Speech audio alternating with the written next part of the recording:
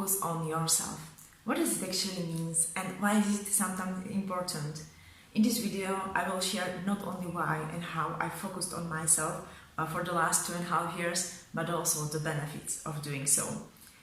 5.5 years ago, I changed employers, basically moving from one international company to another. After my small burnout in the first company, in the combination with the breakup of relationship, I somehow thought, okay, maybe I should slow down in the second company, meaning that I wasn't very interested in the career growth, like becoming a team leader again or something like that. And although my second employer was also an international company, there were only 2 teams located in Bratislava.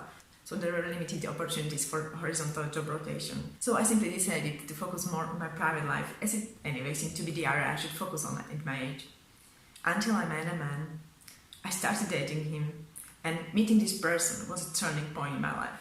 And simply put, I suddenly realized that no matter if I ever met Mr. Right for me, he still wouldn't be able to make me happy in the long run, because I'm the only one who can. Meaning that I realized that if I didn't feel happy and fully satisfied in my life as single, most likely no one else can change it in the long run. And that was exactly the point when I realized that prior finding the right relationship, I had to firstly focus on myself. At this time, I also randomly came across the following quote. The deepest human defeat suffered by human beings is constituted by the difference between what one was capable of becoming and what one has in fact become. This quote strongly resonated with me because I realized that I had neglected my development for the last 2 years, and I also somehow lost the vision of my future self. Don't get me wrong, of course I would like to have my own family, like a husband, kids, but I mean that I lost the vision of myself as the person. I don't mean the role of wife and mom. But even so, I still didn't feel that I should focus on my career growth. So this situation led me to creating the vision of the best case scenario of myself in the future, meaning the person I would love to be, who would not only utilize the potential but also use it the right way so that it benefits others. Because based on the previously mentioned quote, if we stop developing and taking care of ourselves, and if we don't use our potential sufficiently, maybe even hidden potential and some specific gifts we have, most probably we won't feel fully satisfied in life, and once we are old we will feel some regrets. What I would like to emphasize here is that the quote doesn't say that the deepest human defeat is constituted by how successful you were comparing to your friends, colleagues or some other people around you, but only how well did you work on yourself and use your own potential, considering your current life circumstances, of course. So we should really stop comparing ourselves to others, as everyone has a unique personality, different gifts, potential, life circumstances and background. But now let's move to some specific steps of how we can focus on ourselves. And one way how I focus on myself was that I spend more alone time. Use this time to find out what you really want, meaning try to listen to yourself and your needs. You can find more details in my video on how to figure out what you really want, where I provide the exact steps how you can listen to yourself. You can even use this alone time for the next exercise and it's envisioning your future self. Try to imagine how the best version of yourself in the future looks like. What do you do? What is your daily routine? What's your lifestyle? How does it feel to be such an amazing person? So this picture of your future self can help you to understand how the self-improvement looks like, and also to determine the exact steps you need to take to get there. Also, we may say that taking care of yourself is part of focusing on yourself.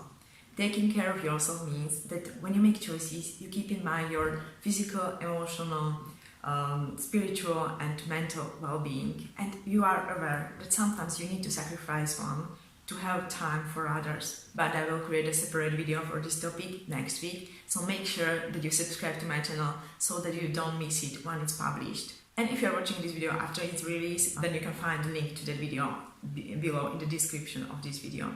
Thanks to the previous point, you could get an idea of what things in your life you want to currently focus on and improve. Based on this idea, set some goals, but make sure they are specific. So for example, turn the general goal to exercise more into more specific form, that you will go to the gym every Monday, Wednesday and Friday. Or if it's not possible to go to the gym, then you can just find some workout on YouTube and work out at home. And it's also very important that you write down all your goals somewhere, for example in the journal, as it helps to increase your accountability. And then journal every day.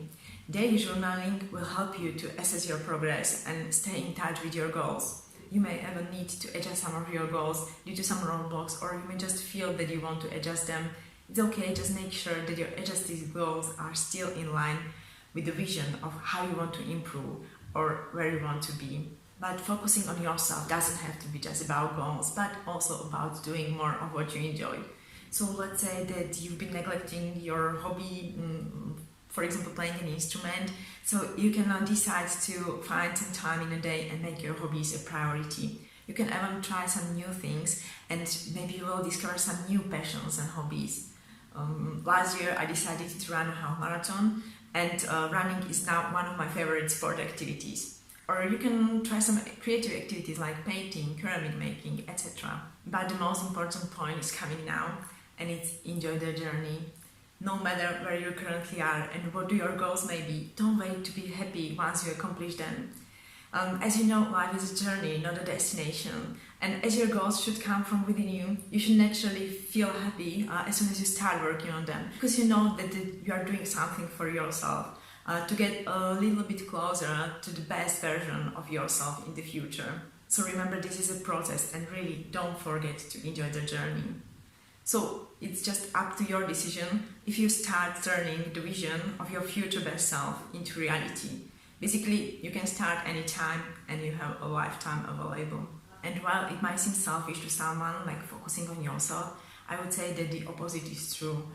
Thanks to focusing on myself, I've become maybe slightly better person than I was before, as one of my current needs is to share my experience and so provide value to other people. So you need to be able to take care of yourself first so that you can take care of others as well. However, I must admit that I was strongly motivated, especially by the vision of building my own family, but I couldn't help myself. I simply felt that I had to firstly focus on myself to find my lost vision of my future self, so that I could be a good wife and mom as well, God willing. So feel free to share this video with your friends or with people who might find it helpful, and don't forget to subscribe to my channel so that you don't miss the next one.